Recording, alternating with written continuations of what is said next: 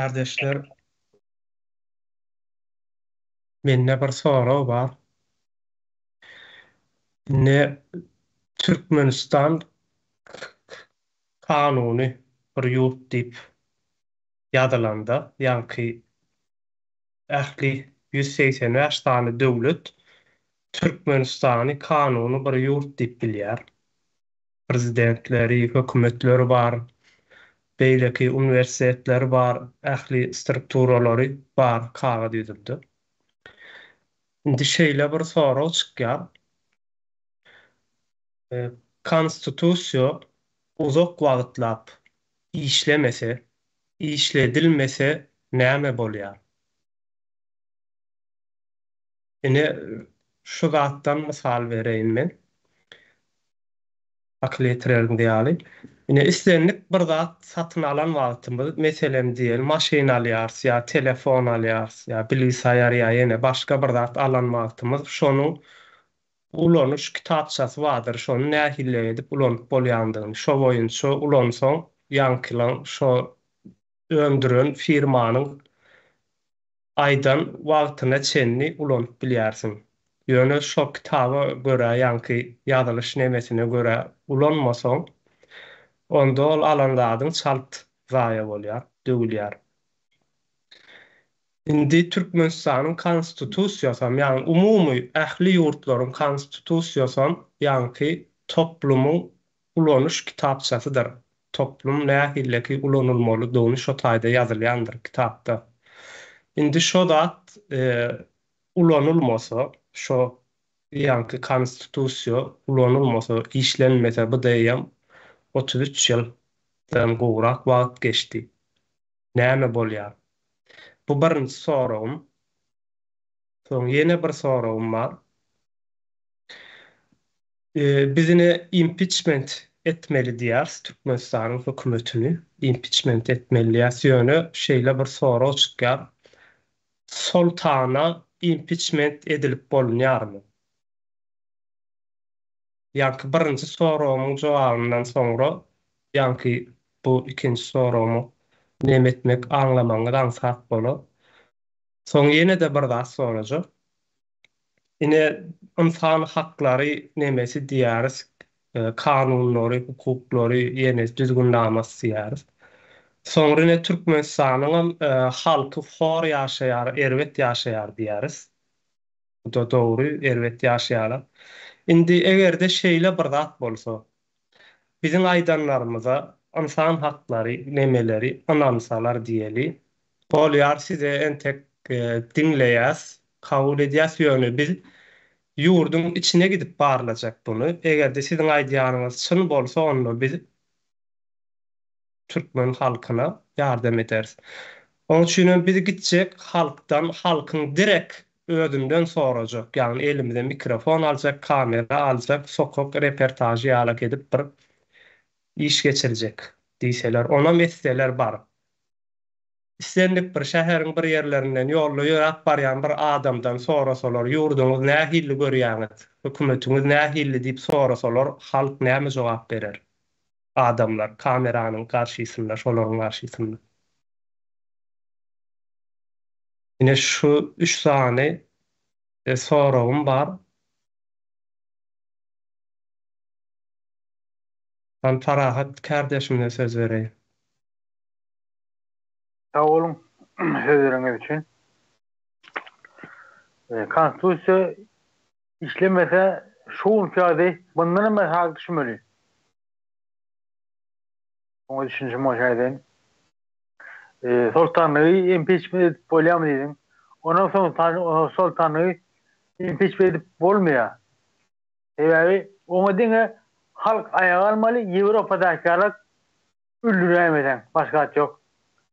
Diňe ölüm cezasy olar. Sen siýaset goýanmy sen onu? Seçdiňmi? Aýryp bilýärli. Sen seçmende yok. Haylarına yığınlarına yaşadığında yok sen. Sen seçmedin ayrıp bilerin yani. Dine halk ayaklanmalı, dine alıp bor. Sultanı ağdar polyan, ağdarlayan. Yani Avrupa, İtalya'dan, Fransa'da merdan gurunlarda şoğur. Son köy sorun nemedi?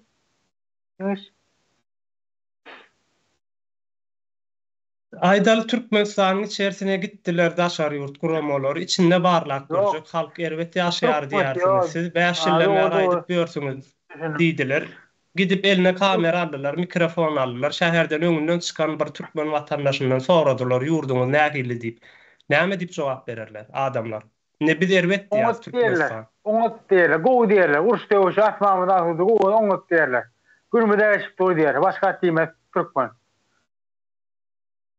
Başka demez. Hadi biz dinlep. Şöyle dikkat bir dinlemeyenler var. Şöyle dikkat bir nedir? Üdekeden onun soruyandan yuvoş. Yuvoş. Neymiş şu yuvoş? Diyor düşünüp bilemek soran ben. Yok. Borsa o şeyde baytmazlar. Deyip düşünüyorum ben. Trenin özüm içindeki hem beni çınla gürleşimde ağala bana yuvoş oluyordu, bolyadılar da. Neye mi yuvoş diyedim? Yalan mı? Diyedim o zaman da şu aytmazlar. Ne baramısın bana ot desin beni aydar. Sana ot desin aydarsın onu. Kimine gavadı mı getirmediler onu? Aydacak adamlara gavat getirmediler. Neydi yalaka, nanyası var. Cahilini gavat getirirler. Onu bir koyuyorlar. Asmamına gülüyorlar öyle. İsrail'le bomba yaptı üstünden. Diğerden bir gülüyorlar uçtu yok diye koyar. Başka şey değmez. Hiç birikini gollamazlar. Orada yurt dışı halk düşmanları orada diye koyar. Dedim. Benim düşünüşüm şeyler vatandaşlar. Dinleyen için köp sağ olun. Bolýar. Başka aytjaňyz barmy kardeşler?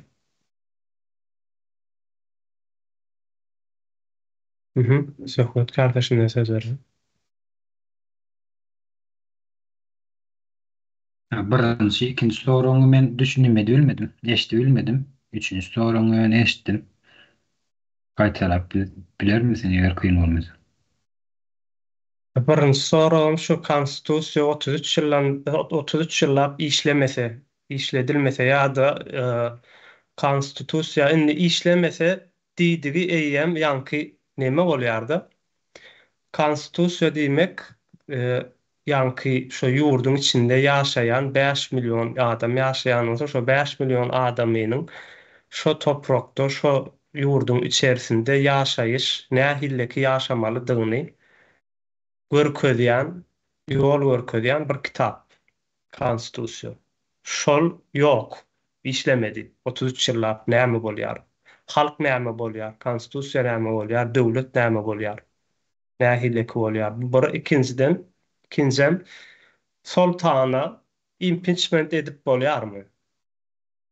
Ýa-da tarihde barmy şeýle bir zat beýleki ýurtlarda da bolan sultana impeachment edilenýär? Ýa-da padşalara? Düşündim. Eee Eger ýurt Türkmenistanda konstitusiýa işleýän bolsa, konstitusiýanyň esasynda da hereket edilýän bolsa we ähli şoňa hukuk üstünlügi bar bolsa garaz diýeli, Türk ýurtda. Konstitusiýanyň esasynda da saýlanýan bolsa prezidentler, şonuň esasynda da gidýän bolsalar wezipesinde.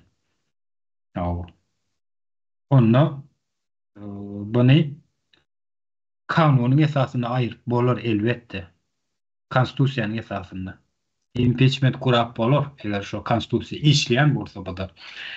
Ýöne Türkmenistanyň ýagdaýy belli. Indi Türkmenistanda kanun esasynda prezident wezipesine gelmediler. Hatta halk saýlamady olary. Kim saýlap diýen bolsa da ol belli bir prosent aralygydyr. Ama bu konstitusiýany depelap ýa-şuny tutary edip şu üstünni iş alyp barýan bir näçe guramalary bar. Prokuratura, adalet, ýene şoňy meňdeşleri. parlament, yani meclis.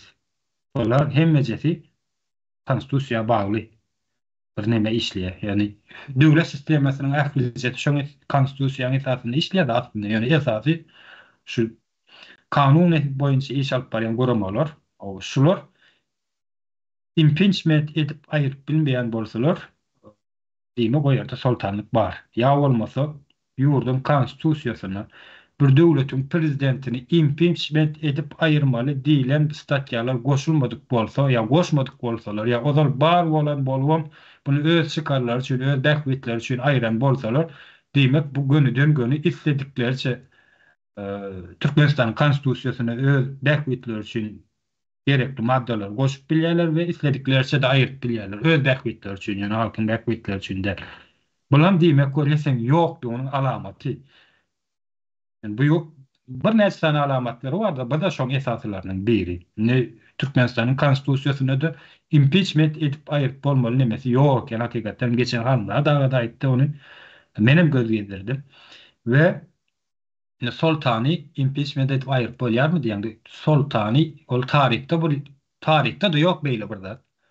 Eger bağ bolsa da aýtarsyňyz, mene görmedim. Ýöne bir sultan diýip bärde ady goýulmadyk sultan bar birinciden. İkinciden hem Türkmenistany bir topor ele geçirdi. Onun öz bähwitleri üçin, öz halk, öz adamlary bilen, ýok, öz toporlary bilen bilelikde ele geçirdiler. Yani halkyň kömegi bilen däl.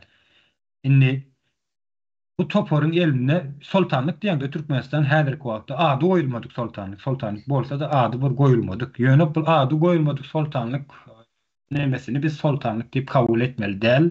Bular bir insaniýeti, insanlygy adamlarda karşı işleyen bir gurama topor, yani özüm kanun daşı terörist bir topor. Bu toporum yurdu ele geçirdi. O özlerini tutarı edip bulan yani nemelerem konstitusiya, yurdun konstitusiyası. O da dine özler için, öz peydalar için, öz bähwitler için, halk peydalanacak bolsalarım, o başka bir zatlarına medyalar, görüp görensiniz özünüz. O da düşünüklü. Şimdi bu topor ne edip bir döwleti ele geçirmene hakkı var. Bu birinciden. İkinciden hem yankı yurdun nemesi konstitusiýasynyň esasyna işleýän top nemi goramalar bar. Meclisi, sudy, prokuraturasy, adalaty olbeýt. Bular nädip ýol berýär bular neme etmesine? Döwleti ele geçirmesine. Demek, onu ýol berýän bolsalar, bularam şu terörist bir toporun döwleti ele geçirmeni kömek eden bir aýaklary. Indi yurdu bular halk bilen ele geçirmediler. Ne sen halk bilen barıp ne bediydin de üçüncü sorama aýtyp geçe. İslemlik bir nemeler guramı daşyryp guramalar halktan reportaj alsalar, sorasalar köçelerde Türkmen halkyndan sorasalar diýende ol düşünükli bu halk bilen bir edilýär. Ne Fransız revolýusyonda da şoň ýalapdyr. Fransız revolýusyonda halk bir ortada duran bir neme, ähli nemeler elinden alınan çaresiz bir galan halk ýöne bu halkyň öňüne neme diýen bol. Halky hereketlendirmek üçin dören nemeler bolýandyr. Ne şu Fransuz revolýusyonda da şu meclis dörendir. Şu 1700-nji ýyllarda. Häzirki wagtda bizim nememiz gurji meclis. Halkyň öz öňüne neme diýen. Halk hereketlendirýär. Bu halk öz-özünden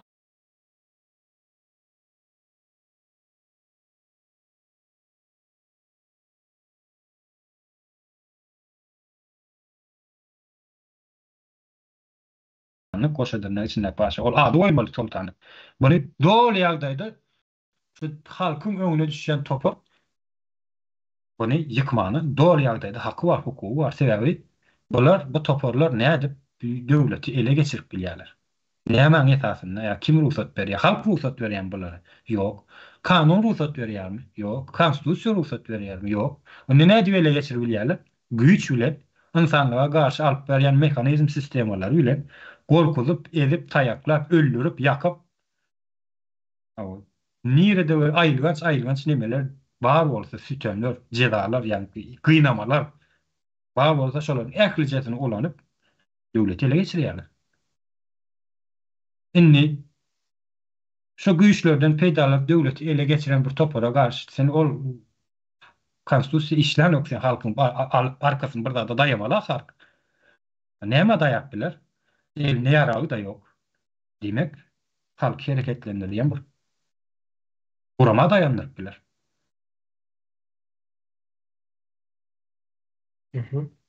Ne şeýlerek? Indi indi bunu biraz uzaldyly, söhbet ýaly.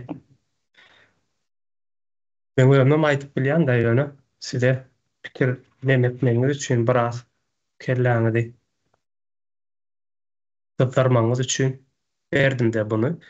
Indi diýäň halk öz-özünden hereket edip bilýän däl. Bu dogry. Ýani onda da başda da aýtdyk ýani bir toplumu şo ýurdun içerisinde, ýurdun içinde bir döwletiň ady bilen bile ýaşamagy üçin gerekli bolan zat konstitusiýa. Konstitusiýa salgylanyp halk ýaşap bilýär. Halk haklary, hukuklary bar. Olaň içinde halkyň, toplumyň borjy bar. Etmeli işler var, almaly zatlar var, bermeli zatlar amma. Indi konstitusiýada 33 ýyldan bäri işlän ýok. Ýok, ady bardy, özi ýok. Bir zat işlemeýän bolsa bu zaya bolýar. Ýa-da şo zady öz kitabyna görä, düzgününe görä işlepmeýän bolsa, onu toplum zayalanýar. Halk zayalanýar. Halkyň nemesi özüni gorama güýji ortadan aýrylýar. Zorluğuna. Arslan kardeşime söz vereyim. Evet, sağ olun kardeşim. Kısaçarak bir fikrimi aytıp geçeyim. Soraklarınıza. Birinci, konstitusiya işlemesi näme bolar? Birleştirici opozisiyası bolar. Bizdeki ýagdaýlaryň hemmejigi bolýar. İslendik bir terör topary bolsun ýa bir gurama bolsa hem pul aklaýjy bir ýere öwürler. Konstitusiýasy işlemedik ýurtlarda. İslendik bir güç sömürüp bilýändir.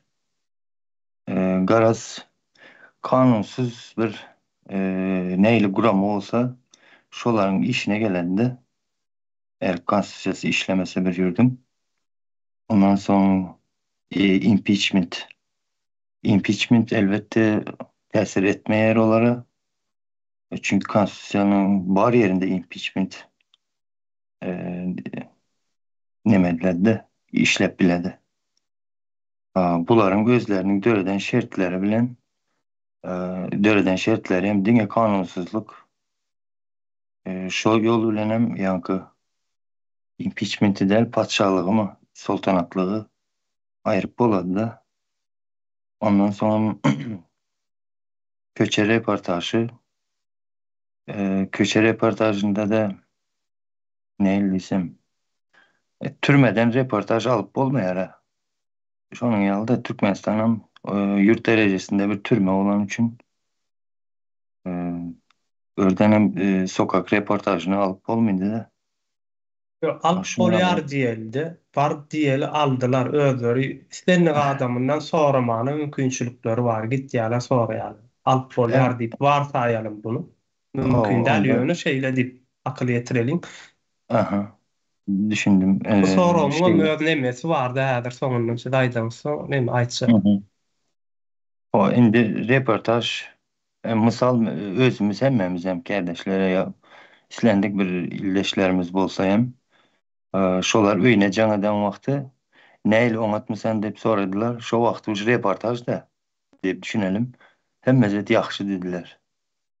Hiç zat näme diýmeýärler näme dine aýdyp bilerler ýa-ki ýagymy, unumy oçur boldy, o bu. Şunu ýa zatlar aýdarlar.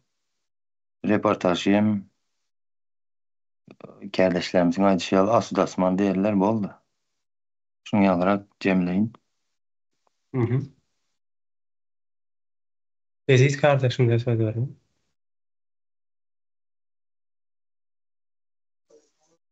Sağ olun. Sesimi eşitleýärmi? Gelýär abi. Ýa-ki soraňa jogap emetjek da. Bir türkmenden mümkinçiligi var gidip reportaj alsalar birinciden benim fikrimce kaçarlar hiçbir şey geplemeden. Hiç saat geplemeden kaçarlar mükadip fikir ediyen. Bir de birinci soran nemete kullanım kılavuzu da No. kullanmasan hatardan çıkya. Özüne maydık geçtim onu. Bir ürünü alan vaktin kullanım kılavuzu geliyor. Yani depterçe son okap şona göre sen adamın kullanım kılavuzu deyip nemelerde vardır. Felsefe nemeler bilimlerinde. İnsanın fabrika ayarları yani alı. Şona göre ulanılmazsa o hatardan çıkya bozuluyor. Dağaya deyip fikir ediyen. İkinci veren sorunu bilmedim. Cevabım yok. İkinci veren sorunu. Hazırlıkça şunu aydan geldim. Bolýar. Paragat kardeşime söz verelim.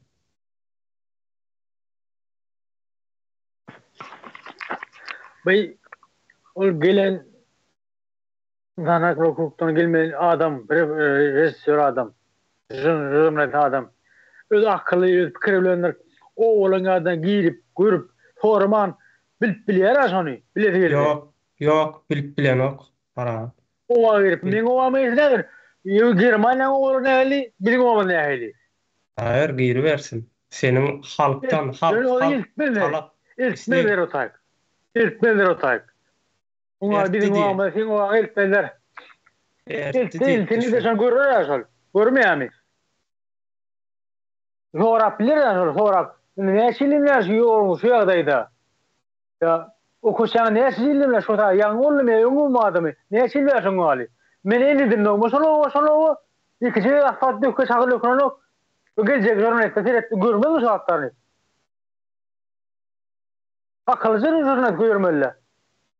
Baranada. Men jurnalist şu geç takılı ale akıllı paralak birini ulusana o. Beşmaz güvenli full bütün koyarlı gülüyor. Yaşlar ucu şu atki neme o divastra arka akıllı şahar. Sonra sararlar. Gülüyor kenede gider. Sonra şey pederdi. Girdim deyip. Yok mu akıllı bilimli var. Adamın görünün, yürüyüşünün, fikirine sana gözünü kaptıran jurnalistler. Olmayan sorum bitti. Bolýar. Ne bu benim pikiri. Türkmeniň pikiri. Paragat. Men gürülecek gel özüň düşün. Özüň gör men ýagdaýymy diýmeli. O bolanok ýagny bu ýen biziň nemämizde siňen bir häsiýet, kösönmän, azap etmän bir zat almak, özü düşünüp özü bersin diýen ýöne. O Beýle däl. İngilizce düşünýär o ýemiş. O özelliği o Soroma düşünmedin sen. Başka bir zatlar diýen. Soroma düşünmedin. Indi bunu baştan alalım. Yine şu wagt bizim meclisimiz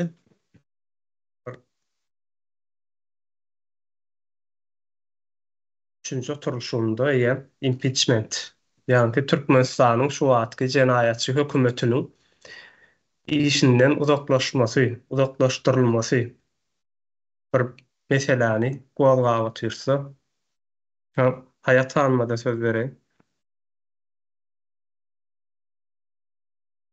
Sesim gelýärmi? Gelýär abi. Geçen kardeşler, men bugün impeachment baradaky rezolýusiýamy tekrar etmek isleýärim. Ve häzir şonu okap berjek. Impeachment hakynda rezolýusiýa.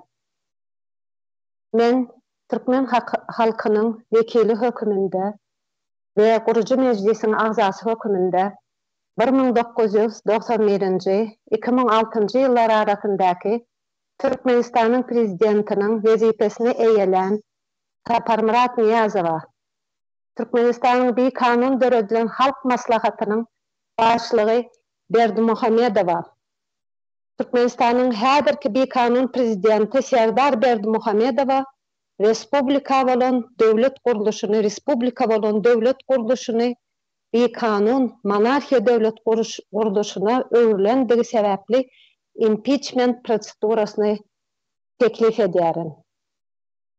Esas bolan bölümler 1993-nji ýylyň oktyabr aýynda geçirilen meclisin oturuşugyndaky alınan kararında Saparmurat Niyazowa resmi ýagdaýda Türkmen Marşy ady dakylýar.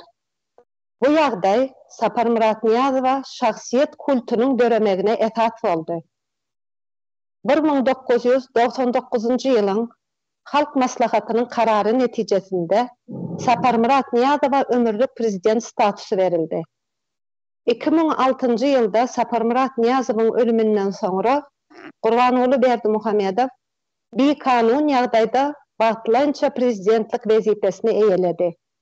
Şol wagtky konstitusiýa laýyklykda prezident wezipesini wagtlança şol wagtky meclisiň başlygy Öwedgelde Ataýew değişlidi. Dil döwüşlük netijesinde Öwedgelde Ataýew wezipesinden çetleştirilip tutsak edildi. Bu edilen jenaýat döwlet agdarylşygy bolýar.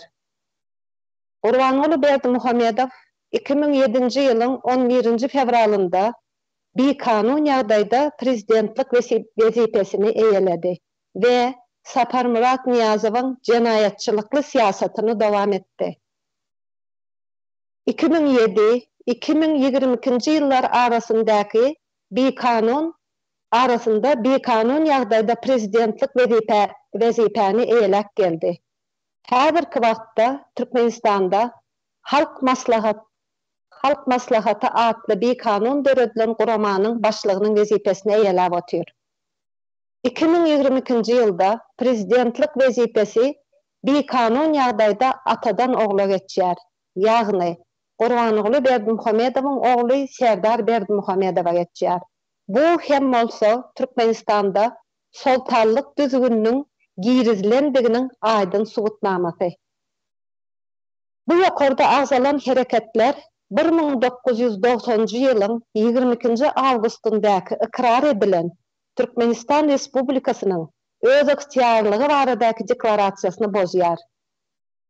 Bu ýokarda agzalan hereketleriň netijesinde 3 sany güç aýrymy bolan kanun çykarjy, yerine ýetiriji we kadiýet bir adamyň gol astyna geçdi. Bu hem döwlet statusynyň ütgemesidir. Netijede döwlet statusynyň respublika formasyndan monarxiýa ütgemegi şu aşakdaky netijelere getirdi. 1. Ýurt içindäki siyasi repressiýalar. Ýurdun içindäki tutsakxanalarda bir kanun hökümet tarapyndan saklanyp sud edilen müňlerçe adamlar tutulýar. Tutsakxanalarda insan dışı gynamalara ve mertebe depkilenmeklere sedavar edilýär ve ilata korku baskı edilýär. Türkmenistan dünyada en repressif yurtlaryň biri boldy. Bu siyasi repressiýalardan täsirini görellerin içinden Halmurat Söyünow ve başgalalary, Sapar Aklimov ve başgalalary, Geldi Kärizow ve başgalalaryny agzap bolar. 2. Türkmen halka global dünýäden izolasiýa edilýär. Yurt halkara monitoringa ýapyk ve vatandaşlaryň yurt dışına çıkmak üçin uly päsgelçilikler döredilýär. İnternet bilkastdaýyn ýapylýar. 3. Iktisady çöpgünlük. Türkmenistanyň baý tebigy resurslaryna garamazdan halkyň ýagdaýy gün-günden yaramazlaşýar. Yurtda açlyk höküm sürýär ve goşadyrnak içindäki hökümet muny kabul edenok ve gözüýär. 4. Sosial meseleler. Yurt içinde ilatyň iş üçinçiliginiň ýoklugy, mecburi iş gözlegindäki yurtdaşlaryň göç etmegi netijesinde maşgala institutunyň bozulmagyna getirdi. 5. İnsan haklary. Söz azatlygy, metbuat azatlygy, örgütlenme azatlygy, dini garaýyş baskylanýar. Yurdun içinde insan hukugynyň berja edilmesi katastrofik ýagdaýa geldi. Muňa bir misal edip, Merdan Muhammedowyň Türkiýeden gaçyrylyp Türkmenistana äkdilmegi. Türkmenistan 2024-nji ýylda insan sowdasyny goldaýan 13 ýurdun biri boldy. 6. Ekologiýa durumy. howanyň hapalygy, arassa agyz suwuň yetmezçiligi, toprağyň zaýalanmagy. 7. Ilatyň saglyk ýagdaýy. Ýurtda sanitar epidemiologik şertlerin berjay edilmeýänligi, spid, rak, wiç, siroz ýaly keselleriň giňden ýaýramagy, çağa ölümi howply derejede. Türkmenistan Merkezi Aziýa regionunda çağa ölümi boýunça 1-nji ýere çykdy. Ve bu gün Türkmen milletiniň üstüne ýitirim bolma howpy abanýar. Netijede Gurbanuly Berdimuhammedowyň ve Serdar Berdimuhammedowyň eýeleýän wezipelerinden dessine çetleşdirilmeli ve goşudurmak içindäki hökümetiň işiniň ýatyrylmagy zarur. Ýurdun ähli dolandyryş pudagyny täze hökümet gurulýança Milli Halas ediş Komitetine tapşyrylmaly. 1990-njy ýyldaky Türkmenistanyň öz ygtyýarlyk baradaky deklarasiýasyna esaslanyp respublika statusynyň dikeldilmegi zarurdur. Şu rezolýusiýany sesa goýulmagyny teklif edýärim.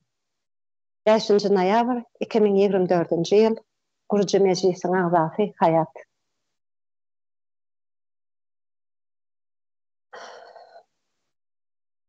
Sağ olun. Gatwowy. Giň işleýin. Aýdyp geçdi Hayat Hanım ähli meseleleri. Ýanky meniň hem aýtjak, baglajak bolýan ýerlerim. Bir konstitusiýon döwlet diýip, konstitusiýasy bar döwlet diýip 185 sanaky Birleşen Milletler Guramasyndaky ýurtlary aldap, diňe kagazy ýüzüne edip, ýöne bunu işletmän, ýanky halky şu ýokardaky sanalyp geçirilen ýagdaýlara getirilýär. Bu da nämeden bolýar? Halkyň nähilleki edip şol topragyň, şol ýurdun içinde, ýani milyonlap adamlaryň bir toprakda, bir ýurdun içerisinde ýaşamasy üçin hökmany suratda tertip düzgünü ýazyly görnüşinde işlemesi gerekli. Oňa da konstitusiýa diýilýär. Ýöne konstitusiýa 33 ýyldan bäri we işlänok, işledilenok hiç ýyly. Bu işledilmänligi üçin toplum zaýalanýar. Ýanky şo konstitusiýada ähli zatlar ýazylan adamlaryň nähilli ýaşamaly, nähilli nesil ýetişdirmeli, nähilli bilim almaly, nähilli örgütlenmeli, ýa-da nähilli işlemeli, nähilli saglygyna seretmeli, nirede ýaşap bilýär, nädip ýaşap bilýär. Bu zatlaryň ählijesi topragy nähilli seretmeli. Ählijesi konstitusiýada ýazylan. Tebigi baýlyklaryň nähilleki harjanylmasy. Bu zatlaryň hemmesi konstitusiýada ýazylan. Ýöne şoňa görä işlenilmese, bu ýurt, bu toprak, bu millet zaýalanýar we bejerip bolunmajak bir ýagdaýa gelýär. Elimizdäki istenlik bir enjamy özüniň nemesine işleýiş şertine görä işletmesek bozular, döwüler, soňra da bejerip bolmaz. Edil türkmen halkam edil şu wagt şo ýagdaýda. Hemde bu sultanlyk bir ýagdaýyna geçen Türkmenistan ýöne ady goýulmadyk. Saparaga da bunu kän gedek gaýtalap aýdýar. Ady goýulmadyk ýöne özi sultanlyk sebäbi bunu özleriniň davranyş şeklinden ýanky şol rejimiň, şo toparyň hereket ediş şeklinde açaçan görüp bolýar bunyň sultanlykdygyny. Indikinji diýen zadym sultanlyga impeachment edip bolýarmy diýdigim. Biz häzir impeachment etmek karary boýunça meclis agzalary bolup eýem ýygnaşyk geçirip oturýar. Biz bu ýerde bunu aýdýarys, impeachment etmeli diýip we Türkmenistanyň içindäki özüne şol hukuk goraýjy ýa-da meclisi ýa-da beýleki yerlerdäki adamlar şu işler boýunça jogapkar adamlar bunu etmeseler, onu diýmek olar doğrulugyna şunuň sultanlykdygyny özleriniň tasdiklaýanlygydyr. Çünki sultanlygy impeachment edip bolmaýar. Sultany diňe agdaryp bolýandyr. Öldürüp agdaryp bolýandyr. Başga hiç bir zat edilýän däldir. Ona nädip etmeli? Halkyň güýji bilen, halk bilen etmeli. Indi üçüncü sorum, halkdan soralan wagtynda halk näme jogap berer? Halk gowy diýer. İstenlik bir kişiden sorarsyňyz. Ýurdun nähili diýseň, sen men ýurdumy ýamannatjak bolýarmy diýer. Ýöne ýaşaýyş şertleri. İnsan ýaşar ýaly däl diýilýän şertlerde ýaşaýandyrlar. Ne kanun vardır, ne hukuk vardır, ne doğru düzgün insan şekilli ýaşap bilýändirler, ne çağa yetiştirip e, bilim bilgi berip bilýändirler. Hiç bir zat ýokdur. Bunu da yine Türkmenistanyň içerisinde üniversitetler vardır. Näçe san üniversitetler. Bunu da indi şu wagt doly açyk açyk bu üniversitetleriň hem halky bilimli etmek üçin däldi.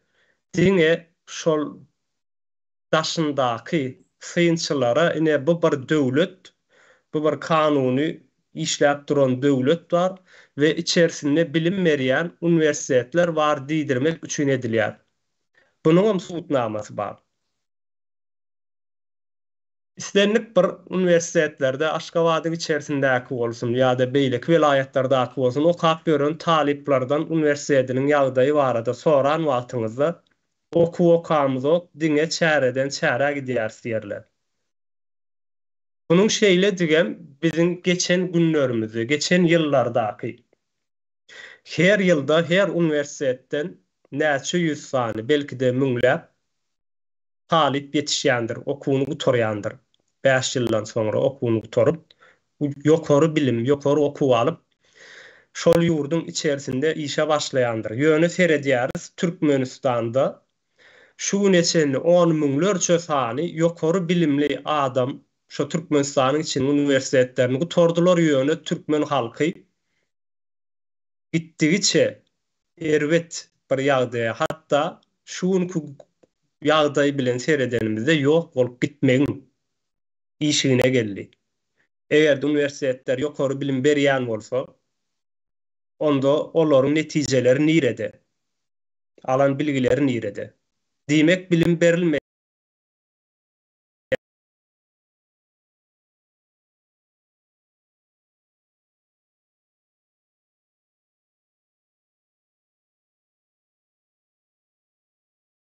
Diýenler jinayatçy Türkmenistanyň hökümetini bir kanun ýagdaýda basyp alan, ele geçiren, ilki başta Sapar Muratyny ýazyp başta bolmak bilen ondan soňra Gurbanuly Berdimuhammedow we onuň şu wagt ogly. Ve mundan soňra bu ýagdaýa uzağa çekdirilse onuň ogly bolar. Ve şeýdibem ýene-de sultanlyk ady goýulmadyk sultanlyk sürer gider. Indi Türkmen halkyna gelelim. Biz bu taýda Milli Halas Ediş Komiteti kendi meclis agzalary bolup eýen 5 ýyldan bäri halkymyzyň öňünde halkymyzy, ildeşlerimizi aýdyňlatmak üçin gaty kän içi bilgi doly gurulmalar edip gelýäris. Gece gündüz ähli pikirlerimizi, ähli wagtymyzy, 7-24'ümüzi şu Türkmen halkyny şu günde nädip çykaryp bolar, nädip halas edip bolar diýip pikir edýäris. Özümüz hakda däl. Öz maşgalamyz hakynda da däl, çağalarymyz hakynda da däl. Eger-de şu ýerde oturan ýerleşlerimizin istenlik biri şu 5 ýylyň içerisinde özü hakda pikir edip, özü hakda alada eden bolsa, belki de şu wagt Türkiýede gaçak ýagdaýda ýa-da eli dokumentsiz ýa-da biriniň öýüni syýryp süpürüp gören ýagdaýda däl, belki de başga bir ýurtlara, oňadyrak bir ýerlerde çykyp bilerdiler. Ýönetmediler. Men muny illeşlemide ýüzden waýdýarym. Indi istenlik bir adam daşary ýurt guramalaryndan bolsun, istenlik birisi bar oňa mümkinçiligim döredildi diýeli. Köçede reportaj alsa türkmen watandaşlaryndan sizin ine Milli Halat Ediş Komiteti şeýle diýär Türkmenistan biz bunu içeride deňek görjek halk näme diýär eger halkam sizi tasdiklayan bolsa onda biz şunu kabul edýäris diýse soňra gidip ýurdun içinde reportaj alsa men ananmaýarym hiç bir 100'den bir adam bolmasa 99'unyň bize ýurdumuzy ýamanlatjak bolýarlar. Ýurdumuz gowy, Hudaýa şükür. Asmanymyz asuda diýjekdiklerini ananýarym. Indi şuna gelelim, kardeşler. Halk hakykatdanam kösönçlü agyr günde ýaşaýar. Bizi şu wagt şu rejime, şu hökümeti yerinden gitmeli diýip wezipesini tapşyrmaly we jogapkärçilige çekilmeli diýip impeachment edýäris. Ýöne başda da bellek geçişmýäli sultany impeachment edilen yeri ýokdur, impeachment edibem bolýan däldir. Çünki egerde impeachment edip bolunýan bir hukuk bar bolsa onda bugün bu ýagdaý şu impeachment meselesine gelinmezden öň çözülmelidir. Hakyky hukuk, konstitusiýa, kanun işleyen bolonluğunda impeachment'e gelinmezden öň çözülmeli mesele diýöne çözülmedi diýmek bu zatlar ýok. Türkmenistanda bir sultanlyk bar. Indi ýene de halka ildeşlenme aýdýar. Daşynda Milli Halat Ediş Komiteti döredi ve bunu Hazine ve Maliye Komiteti var. Milli İstihbaratı var. Ve Türkmenistan'ı täzeden dikeltmek üçün korucu meclisi var. Indi halka seredenimizde şular ýaly agyr bir ýagdaýda, bular ýaly bir hereket bir ýerde döränin altında kösönüp gören halk bu hereketin daşyna sırımsıkky sarılmaly halyna uzaklaşýarlar. Ya da gelmek islemeýärler. Şeýle bir soraw çykýar onda. Şu günüňizi razymysyňyz ýa-da? Ya-da sizin aýdyşyňyz ýaly hakykatdanam Türkmenistan gowuda biz bilemizokmy? Ne bunu da illeşlemide sorawdy. Bu sorawy bermegimin sebäbi şu, ýanky sultany egerde sultanlygy saltanat bir nemesine gitýän bolsa, bunu impeachment edip bolmaýar, bunu diňe revolýusiýa edip ýa-da halkyň ayaklanmasy bilen bilelikde aýyrt bolunýandyr. Şonuň üçin hem halkyň bu herekede dogry düşünüp şu hereket bilen el-ele bermesi zerurdur. Bu ýagdaýdan halas bolmak üçin, çykmak üçin bolmasa da bu türkmeniň geleceği gaty uzaklarda däldir. Ýok bolup gitmegiň işiň nedir? Men Parat kardeşimle söz bereyim.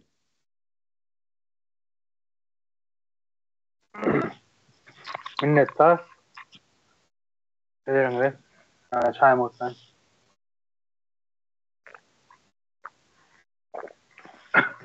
Türkmenistan gowy diýende Türkmenistanyň ýekje watandaşy gudurmuşda ýaşap görenok.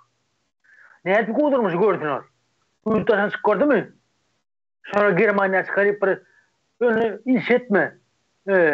Gezdirmedi işlet. Hökümet Germaniýa rejimlerini işlet.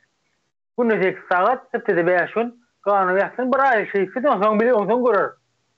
Oňdan görer Türkmenistan ýagdaýy. Halky. Hem işlet berde kendi. Türkmen işlet gördümi?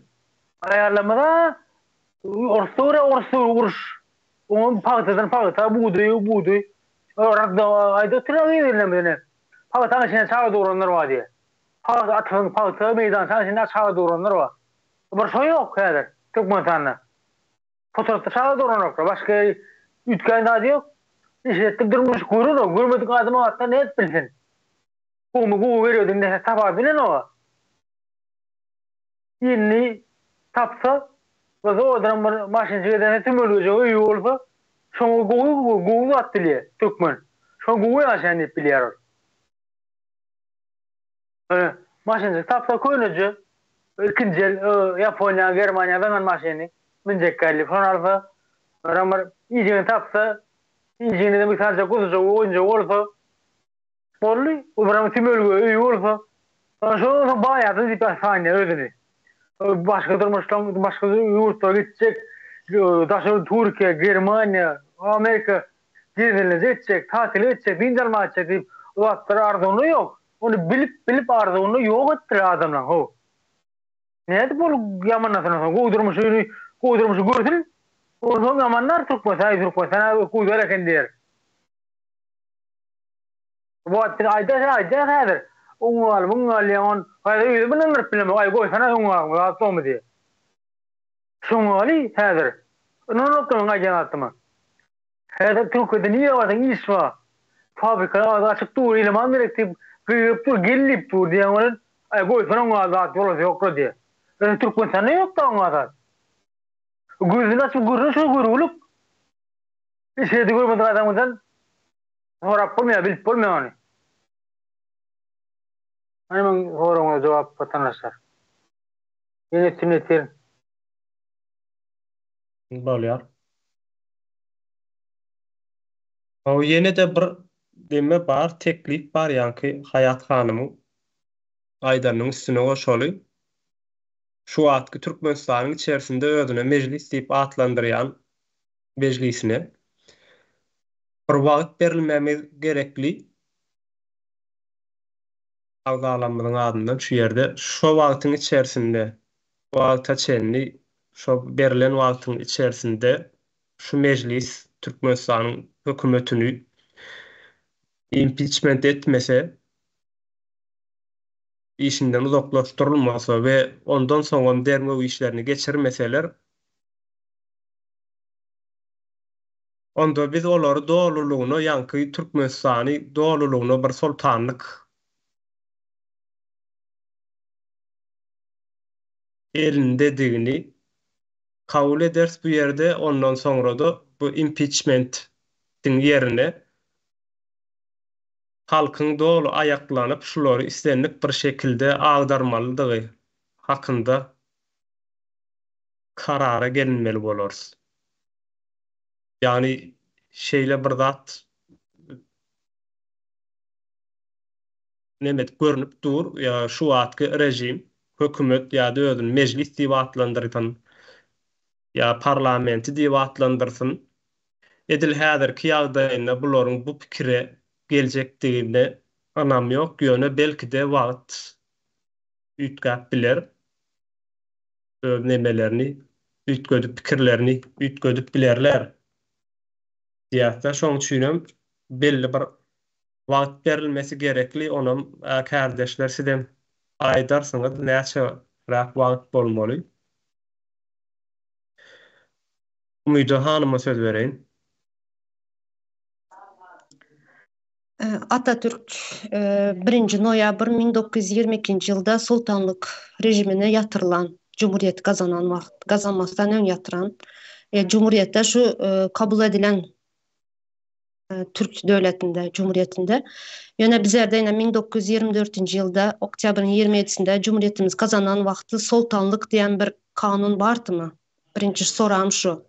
Hazır konstitutsiyada yine ütkedilen konstitutsiyalarda sultanlık diyen bir rejim var mı?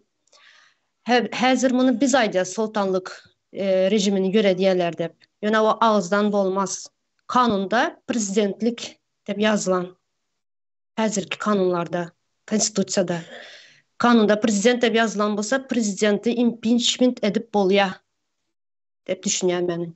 Yani şu sorağım var mı 1924 yılda kazanan, Cumhuriyetimiz kazanan wagtynda sultanlyk dep? Ýokdy. Prezident bolsa onda biz prezidenti impeachment edip bilýäs. Edip bilýäris. Dogry aýtýan. Edip bilýäris ýöne edip bilerlermi? Diýlenen bir sorag bar. Kanunda yazılan bolsa edip bilerler. Bütün dünya Eger adam haklarının kanununda sultanlık diyen zat yok yazılan. Onda prezident bolsa edip bolýar.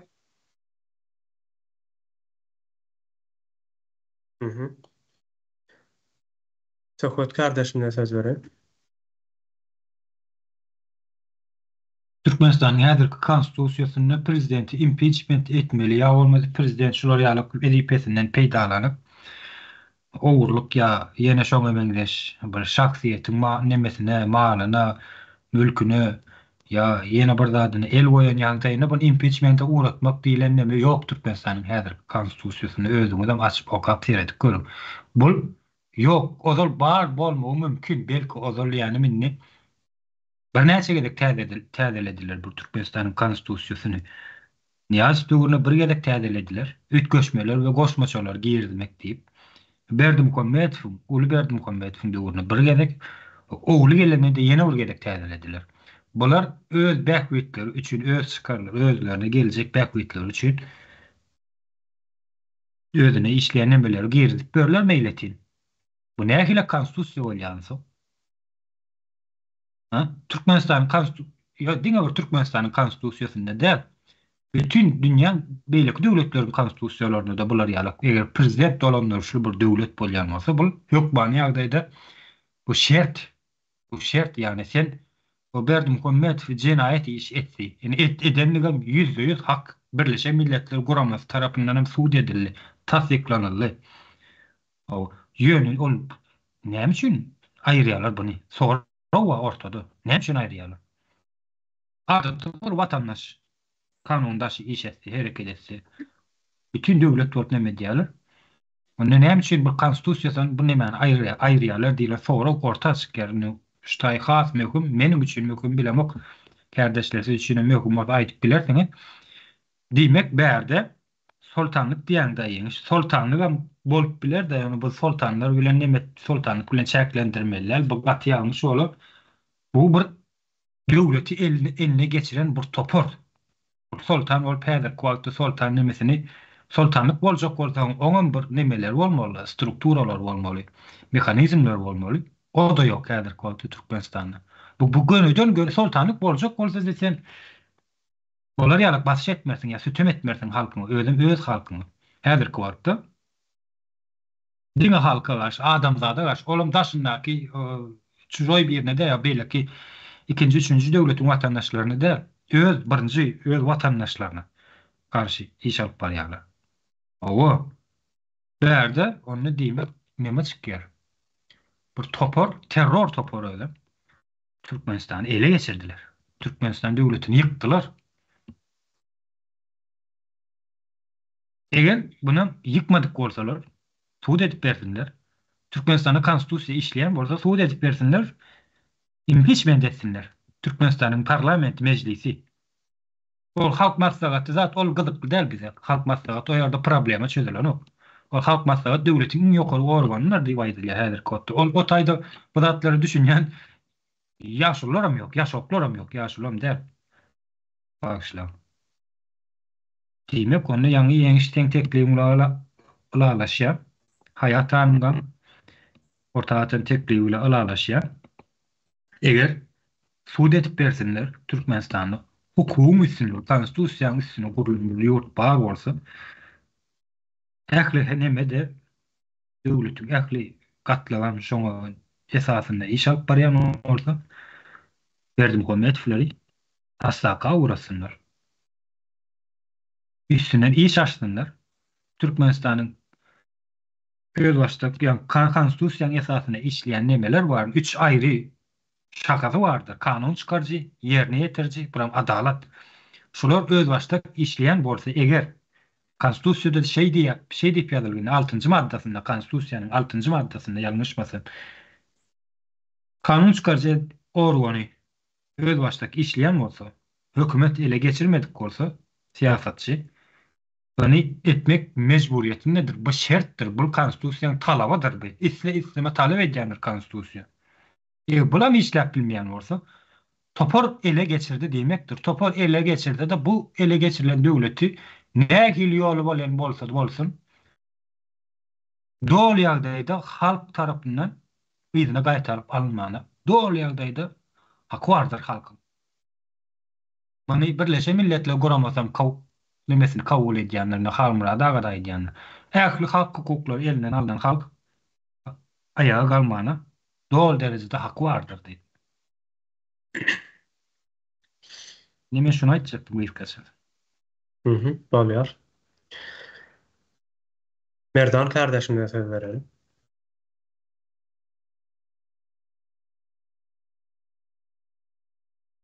Indi Goşadyrnagy içindäki hökümede, ýurdun içindäki hökümede wagt bermek barady da. Indi Birleşen Milletler Guramasanyň çykaran kararyna ýam 4-nji kepde bolupdy. Aslında döwlet çekildi guruluşly ýol bawarsa Türkmenistanda çoğunun ertesi günü bu ýagdaýlar ýüze çykarylmaly, bir reaksiýa görkezilmeli. Yani eğer bular etmeyen olsa şu neçeler etmeyen gelýärler. Biz halkyň wekili hökmünde Milli Halak Ediş Komitetiň adyndan impeachment elan etmene doğal haklı da, yani TBG ve Birleşen Milletler Guramasynyň berýän demesinden hukugundan onlara impeachment elan etmene mümkinçiligimiz var. Şonuň üçin menim hayat ganymyň teklibini goldayan ses verilişige gidilse yerlikli olaryň kadýanda. Sağ olun. Bolýar. Rahat kardeşime söz vereyim. Menem hayat hanımın teklifini batı uluğu gollayan batı tattıra ettiğim o teklifi var. Çok benim şol sesöy koyulmalı. Ondan impeachment edip bolanok. Impeachment edip bolanok yani Merdan kardeşime de aytti. Yüzüne bastı, utanır, böyle Birleşen Milletler Guramasy. Şol aýyrdy, şo bir-birinden onu şunu edilerdi. Onu edilerdi. Nasıl boljak bolsa. Diňe halk aýyplanmaly, başga çok. Impeachment yok, Türkmenistan'da bolanok. Diňe halk aýyplanmaly, halk basgatyrmaly. Sağ olun vatandaşlar. Bolýar.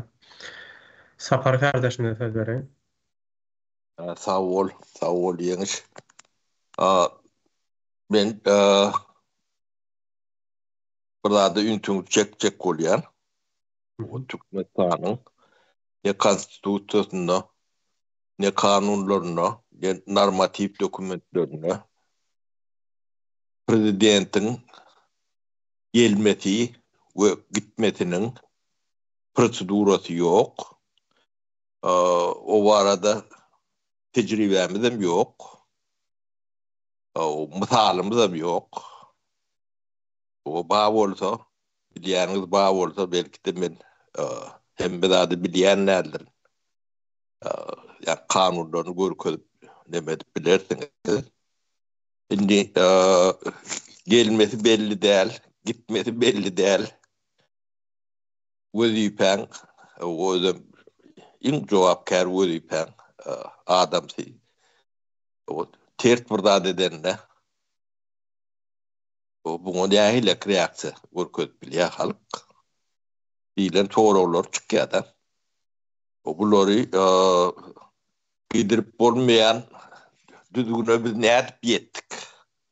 Ya getirip bolmaýan Türkmenistanyna saýlaw sistemasy var. O da formal edil ýa-ni Onjuk Musaýewiň Demokrat Partiýasy ýalak nemede bir formal saýlaw nemesi var, kanunlary saýlaw geçirme nemetme.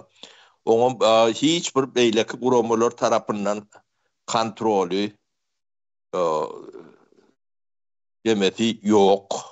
Bolmasa ýa-ni şotayda yanlışlık yüze çıkanına onu biri şikayet etmeli, ard etmeliler. Şeyler mi?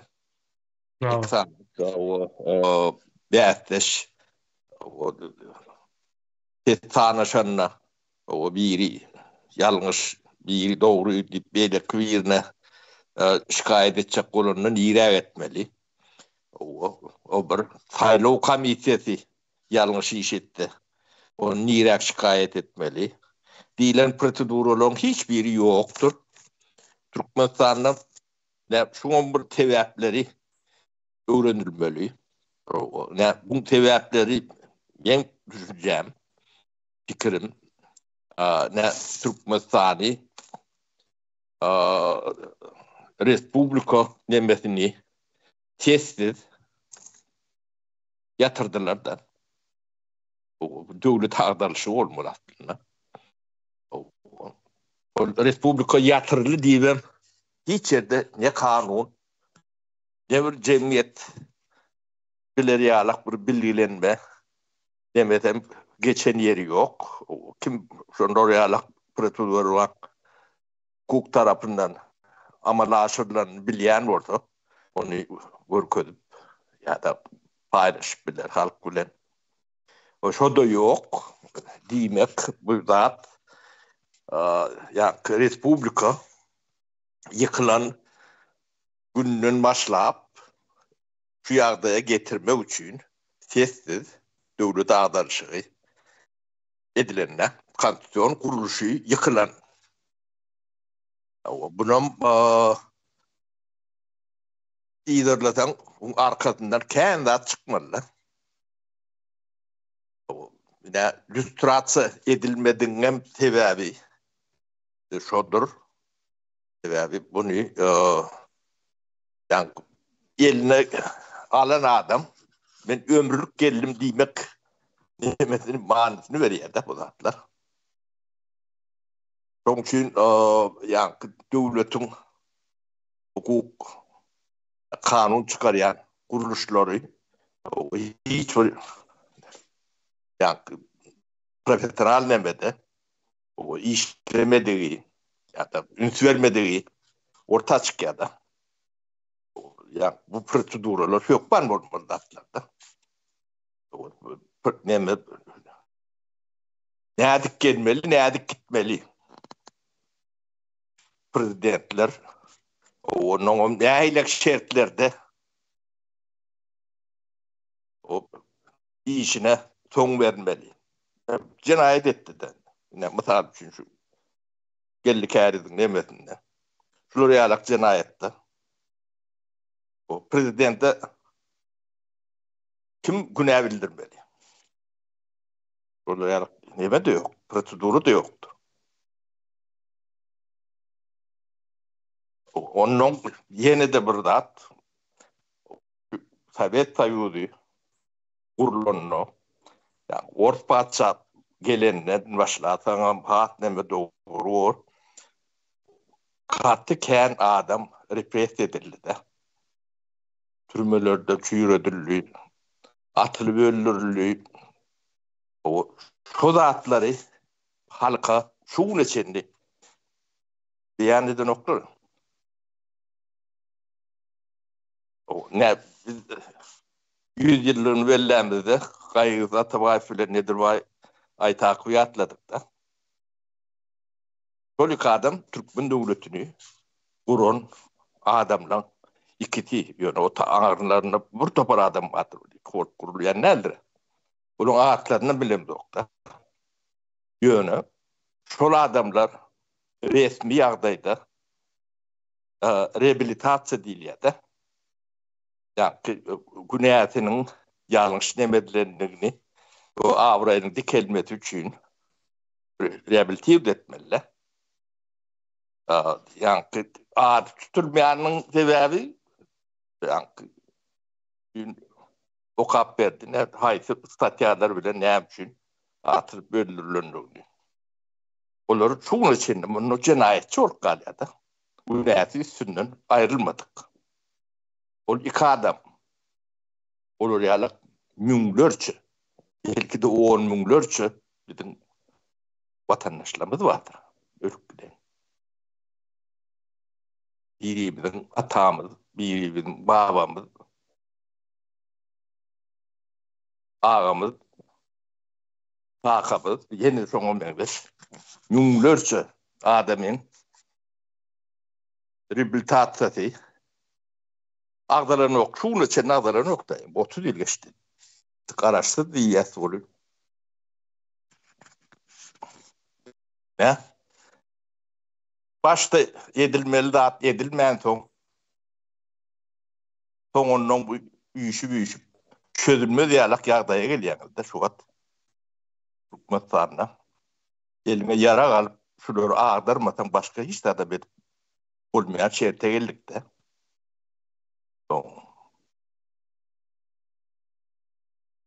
o lüstratsa deyip orta koyuyaz yani adamlar lüstratsanı cinayetçi öldürmek için deyip düşünüyordu.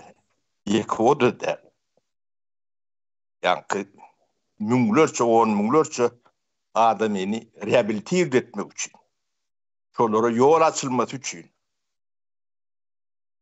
lüstratsa gerektir. Yani şoları rehabilite etmek için kanuni bir proseduru açılmalı. Şu lüstratsa şu.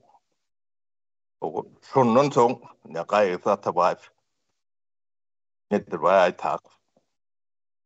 Yurdu kurucu adamlardığını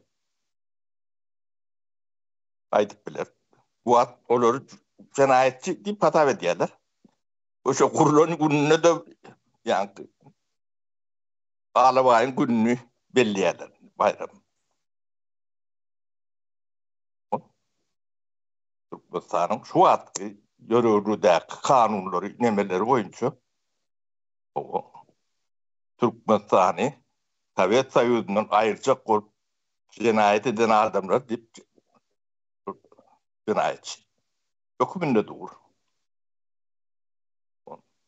Nemelerin yıkılarına sebepler şol. Olur cinayetçi diye. Öyle yanlarından ya bunun bu bir işin aydan oklar. Statyaları var ne nemeleri var. Diyen olmalı. Onun için bizim nememiz çözmeli meselemiz bir taraftan çırışırım bir taraftan o kadar çırışırımdan değil hem de görüntü dur. O yönü bunun bir düdüğünü insanlık nemesine halkara nemelerine kavatgeleri yalak şekilde edilmesinin taraftarı mene onun ne edilmeli size fikirleriniz aydın demedin yönü şu lüstratsa meselesine yine dönüp geliyor başta edilmeli dağıtları vaktinde edilmedi çok ödür lokan cinayettir bilmedik düşünmedik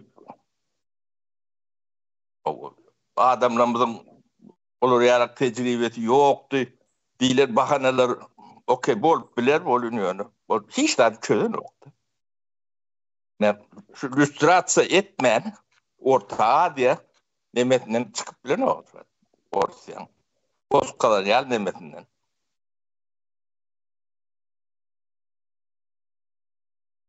yani şöyle oraya alak bir nemle düşünce size düşünün impeachment yani gelmesi gitmesi prezidentle gelmesi gitmesi kanunlaştırılmadık bu dipelom bu impeachment doğru deyip bilirler o da doğru olmamı mümkün o Türkmenistan kanununa bunun gitmenemesi yok da çünkü impeachment kanun boyunca edip bolun yok diyorlar yani şu kurucu meclisin dönemeğinin sebebi yani şuraya alak meseleleri çözme için onu düdüğüne salıp karar ya da normativ näme demet var bolsa gerek bolsa onu çözme üçin kurucu meclisiyle zaten näme üçin gerekdigi.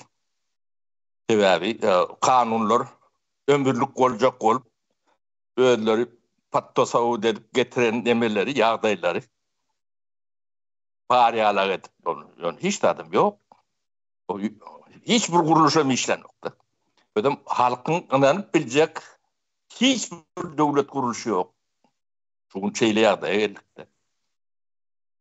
O halkın işlediğini o içindeki kuruluşlar on bir-birine wezipelerini bilen oklar bu. Hatta wezipeleri eränýalak bir tütlük ýagdaýda. Tumanlı diýär, yani buldun içinde, diýsiň içinde görünýärler. Ben şunu aýdaýyn diýdim. Sag bolun. Bolýar. Para.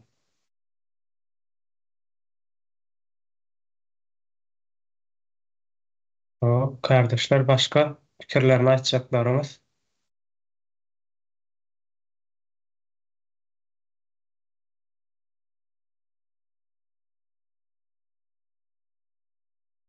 O ne yani Ümmüde Hanım kanun boyunça bir impeachment edip bilýärsiz ýerde. Impeachment edip bilýäris. Biz şu wagt bizim şu wagtky güýjümüz şu ýerde onu diňe karara baglap bilýärsiz.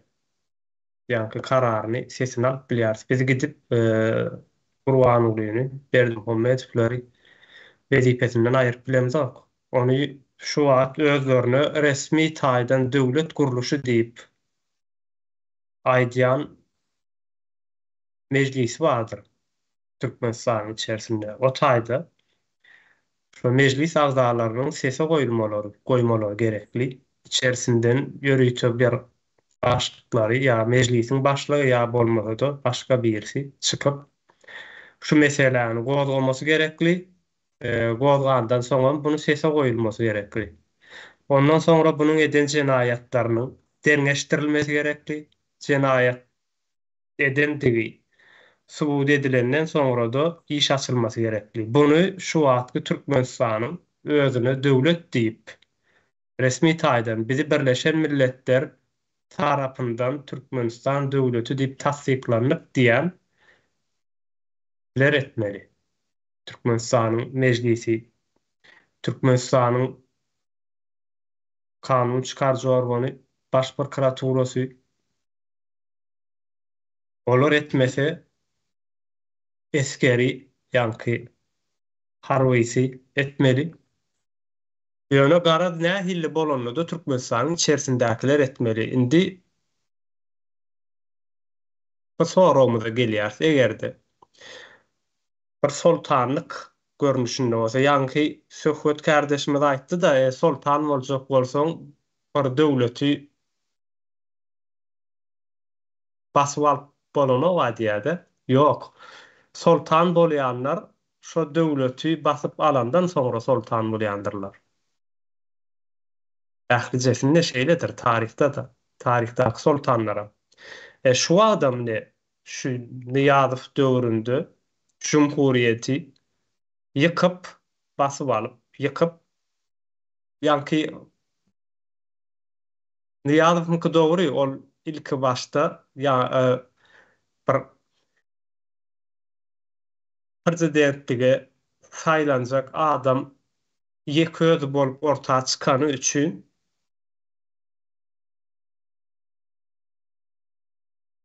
neme edilip saýlanyp gelindi diýildi-de.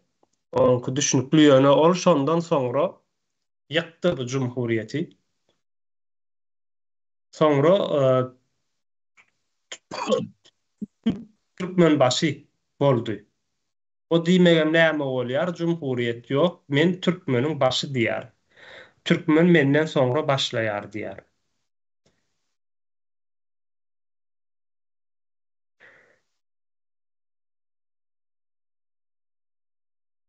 Sapara söz vereyim ben. Diyeme, Mhm. Niyadıfın şu döwrüň konstitusiyasy boýunça prezident bolma hukuky ýokdy. Onu biz bir näçe gezek demetdik. Ödem şonu ýokdugyny tasdik edýän Türkmenistanyň Adalet Ministrliginiň resmi adamsy. Şoňa jogap berýär. Mhm. Yani o resmi adamın işten ayırıp cezalandıranı bilen, yani bunun prezident bolma hukuku emele gelen o var.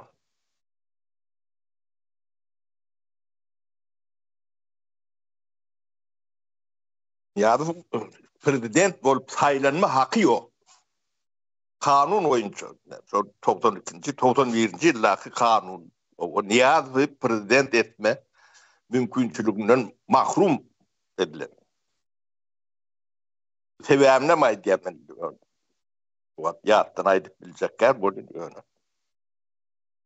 Yani şunu hakkı yok diyen resmini işten ayırıyorlar. Başka da atlar bile cezalandırıyorlar. Yönü ortada. Burada var kanun. O işten ayırıyorlar bile kanun. Yani prezident olmalı hukuk kazandıran o. Ya bizim hem rahatlanmamız yani gödök neme bilen ediliyor da. Onun soğum ne şu at ne çok soğumu miyvesi de. O hukuku olmadığı adam prezident bol gelen son o hukuklu olmalı için o demeler ettirmiyor o. Eden rahatların hem beceri şol Truvaş'tan prezident olma hakkı yok. Şuna edindim, bilip koyun. Mhm. O hukuk bilen gitme mümkünçülüklerim yok şoň üçin. Öňem ýokdy. Bular hukuk bilen gelmedi adamlar, hukuk bilen näde gitsinler?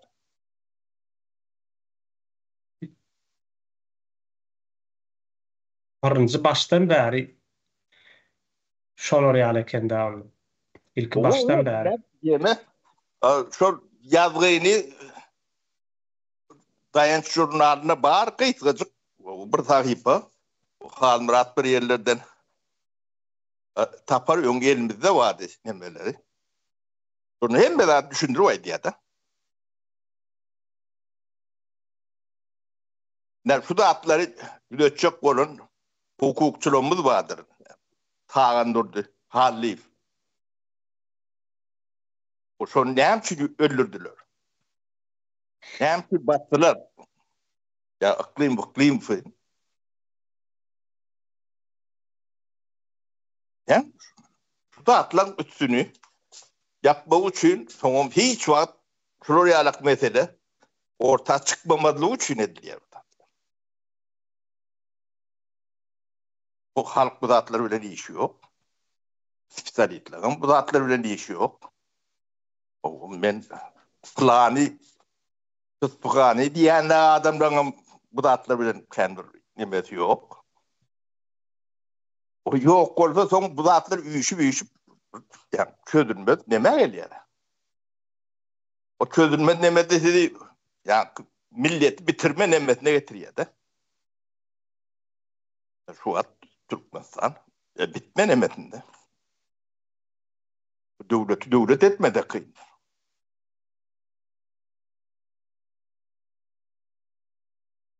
Şurayı da inliydim.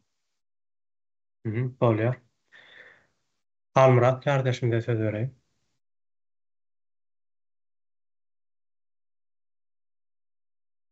Sağ olun söz verdiğiniz için kardeşler. Soňky döwürde şol maňa da ýüzden soraýan yurttaşlarımız var. Şu Cumhuriyet sözünün manasyny düşünmeýärlerde biz onun her birine düşündirip oturanın neştaýdanam aýtmak gerek. Cumhuriyet sözü Rusça geçirsek demokratiya diýmek. Respublika diýmek. Esasy respublika diýmek, cumhuriyet diýmek. Respublika bar yerine dökmen demokratiya bolaýmy. Demokratiya şol halkyň dolandyrýan döwleti. Ene şol cumhuriyet sözünün manysy şundan ibaret. Mani bellep geçişimiz ýaly bir näçelede gaýtdyk, hany taryhy dokumentlerim ýa bir uzun kemine bar döwür goýulupdy. Ýeni de arkivdan alyp ýigitler çykarypdyr, sag bolun. 24-nji ýylyň 27-nji oktýabry Türkmenistan Respublikasynyň ýagny Cumhuriyetiniň döredilen güni. Şondan märim şol dowam edip geldi. 91-nji ýylyň 27-nji dekabr oktýabryna çeldi. Şondan sonra garaşdyrlygy elan edenmizden sonra SSR ýykyldy. Ýöne şo konstitusiýamyz durdy. Türkmenistan Respublikasy diýip. Ya Türkmenistan Sovet Sosyalistik Respublikasy diýip. Nädip alaňyzda da şol Respublika sözü ýa-ni Cumhuriyet sözü aradan aýrylan. Şol Respublika sözü ol halkara söz bolansoň türkmenlerim şonu kabul etdiler. Ýogsa başda Cumhuriyet diýilýärdi köneki dille. Köneki dille şol şumalky parlament diýenmiz meclis diýişýär Türkmenistan soň onu parlament diýil benim döwrümde. Indi täzeden gaýdyp geldi meclis sözüne. Onun 91-nji ýylda men girdim şo sözü. Meclisin zalyny ilkinji bol. Indi diýjek bolýan zatym bärde şol indi görüň gurucular Gaýgysyz Atabayev bilen Nederbay Aytak we şolaryň ýoldaşlary. Ine Türkmenistanyň serhedini çyzanam şolar, göwrümini ölçänem, ýa-ni syýasy we ykdysady durumyny eglan eden şol adamlar, şol şahsiýetler. Ine Niýazow näme etdi? Şol 92-nji ýylda Arap Emiratlaryna gidip geldi de. Gördü o taýda emiriň ýaşaýyşyny. Ol özüni patsa etjek bolsa emir ýaly. Gele gelmäne Mekke'den gelşini men neýdine 200 san baý döretjek şolaryň üstü bilen men Türkmenistany dolandyrjak diýdi. Yerden ses çykdy, emma Türkmenistanyň şu özüň döredüjilik inteligensiýa diýä, tehnik inteligensiýa diýä birine ses çykmady. Şunu kabul etdiler. Näme üçin? Şol 200 san baýyň hatarına girmek üçin ılgak gitdiler Gutbol köşkü. Ona mı aýtmak gerek bu bizim tarihimiz? Inni Niýazow näme oýun oýnady? Ol Gaýosy Atabayew bilen Nederbay Aytakyň atlaryny köçelerden hem öçürdi, bilen ýadgarlygyny ýumurdy, ýykdy, aýyrdy. Ol aýtdy, ene Türkmenistanyň garaşdyrlygyny men alyp berdim, Türkmenistanyň taryhy menden başlanýan diýen felsefäni halkyň gulagyny, gözüni, ýüregini şu günne şu telewiziýadan, radiodan, gazet jurnalyny goýup başladylar. Ine halkym muny bolmalsyal kabul etdi, sebäp bir ine yetimçe halka kohorlu görünür, halkı horlasy ýok, gülýal ýaşadyr, saklar diýip. Olam aýdy boldy her biriňizde, her gapyňyzda ýanky gölel sygyr bilen Mercedes maşin merjek, näme etjek, plan etjek. Ine şeýdip şol 91-nji ýylda ýokary sebäpden eglan eden garaşdyrlyk jarnamasyny öz adyna geçirdi. Ya 90-njy ýylda 22-nji awgustda kabul eden öz yktyýarlyk baradaky statusymyz we jarnamamyz onuň soňra öz adyna geçirdi. Onu eden meclisiň ýaşal döwürki parlamentiň 175 tane deputaty. O taýda Niýazow sözleme aňyrda dursun. Ýekiji harpym ýok şu iki jarnamada. Ol Moskwadan gorkunjyny giýilip gelen adamy. Näme etjegini bilmän. Ine şonun üçün ol men aýyrdım etdi, Gaýgasy Atabayew bilen Nederbay Aytakyň adyny halkyň aňyndan öçürdüm. Indi Türkmenistanyň taryhy menden başlanýar. Men ine türkmen başy, men ine türkmeniň nämesi, indi hemme taryh menden başlanýar. Özüni hana bir aýlary ýetgetdi, öz adyny, ejesiniň adyny aýkary etmedi işi ýok. Şol öz şahsiýet kulturyny berkarar etmek üçin, şo padşah bolmak üçin. Orada sultanlyk diýilen atdy, padşah bolmak niýeti bardy. Onu 2-3 gözek biz gaýtardyk, etjek bolup durkady. Umtylany şodi. Yani etçek bolmadı. Belki de yine 5-10 yıl garasan bolsak bolurdum halk şu dereceye yeterlenmedi. Yani onu vaktinde o dünya uğrattılar. Näme bolupdy? Bunu o atamız buna ýemy kasam okan bara milletim şo dowr 3 milyon oly millet bardy. Bular ölenden soň Berdi Muhammed we elçap başladylar. Kimin günäsi? Elbette halkın günäsi. Näme üçin netije çykarmadylar? Ennem görüp otyp bilem halis Amerik geçirdi-de ogluny öz ornuna goýdy. Hakyky sultanlyk. Iglan edilmedik sultanlyk Türkmenistan. Yani struktura sol, dolanırsam sol, son ağzından näme çyksa, ak diýse ak, gara diýse gara. Hani aýdy otyr Türkmenistan diňe ak maşyla sürmer. Son ýemesine bir ýerine gara görnýän ýerem bolsa şonum ak kraskalanmaly. Millet şonu edip otyr. Demek millete de sultan ýerek bolup çykýardy. Yani hemmesine de bir bölügini. Olaram sol Urwanguly, onun tohumy, şoň gapdalyna süýkenenler, şoňa ýapsa bolarlar, ýalakalar, hukuk goraýjy diýilýärler, goşadyrnak üçin. Ählisini alanda şu Türkmenistan boýunça şular hemmesini üýşürip alanda 10 000 adam ýokmy diýip pikir edýärler. Ýöne şular halkymyzyň depesine şanyk döwür. Şu taýda eden jenaýatyny bolýar. 33 ýyl bäri aýdyp gelýärse, şol ýema bir kanunun Respublika sözünün konstitusiyadan çıkarılırlığı vardı. Biz ne için onu halktan referandumsuz şular ýaly yurdun durumu ütküdüldi. Ondan bol konstitusiyada yazılı. İçinde akılatları ütküdüp bolunar. Yani Türkmenistan'ın Respublika durumu ütküdülme hakkı yok dedim. Yani şonu yok etti ne yazdım. Yani biz yurdun içinde şondan beri geçen o 33 yılla aýdyp otyr bir sanalmadyk ya bir çak bilen aýdylany 50 000 adam pida boldy diýilýär. Niýasyň diktaturasynyň elinden Urwangulyň o 50 000 bolanyna da bir gidip beten Ulukan şäheriniň ilaty bolýar. Olar ýöne 50 000 önder. Şo halka yol başçylyk etmeli, halkyň arasyna maslahat bermeli, halky ýygyna düşürmeli, halk bilen bilelikde ýurdu galdyrmaly adamlar köpüs şolun. Şolar ýok etdi. Ol ýurdun içerki meselesi. Ýöne gellikärdiň meselesi, ýurdun daşarky meselesi bolupdy. Kardeşler. Näme üçin? Sebäp gellikärdiň mali mülkü ol ahalteka atlary halkara registrda dur. Halkara hasap kitapçasynda dur. Onu daşynan getir başga bir aty ya bir baytaly otak goýup bolmaýar. Biz atlar şol ýydarlanyp gelýän zatlar inglizler döwründen mäşe Türkmenistanyň. Kim haýsy at nerden golarlady, kimden geldi, asly näme, nire hemme zat ýazylydyr. Onu tamam gellikärdiň bir aty dünýä çempionu bolana. Ondan şu zatlar barka halkara guramalar seretmezlige mümkinçiligi yok. Belki olaram gözünü yumjokdur, pul berseler. Yani olaram onu edibilmediler. Näme üçin? Sebäp göze dürtülüp duran fakitler gatken. Men o gellikärdiň dokumentlerini gören adam, terjime eden adam bolum saň aýdýan beni. Şonuň üçin o 8 yıl görüşüp bular şu netijany gazanırlar. Innen borçlu Türkmenistan şonu töleme. Tölemese gitjek ýeri ýok. Ya milletde guramasyn hataryndan çykarlar. Hem de olan şu özüne galkan edip tutup beren bir taraplyk statusyny eplep gowy ýerine sokarlar.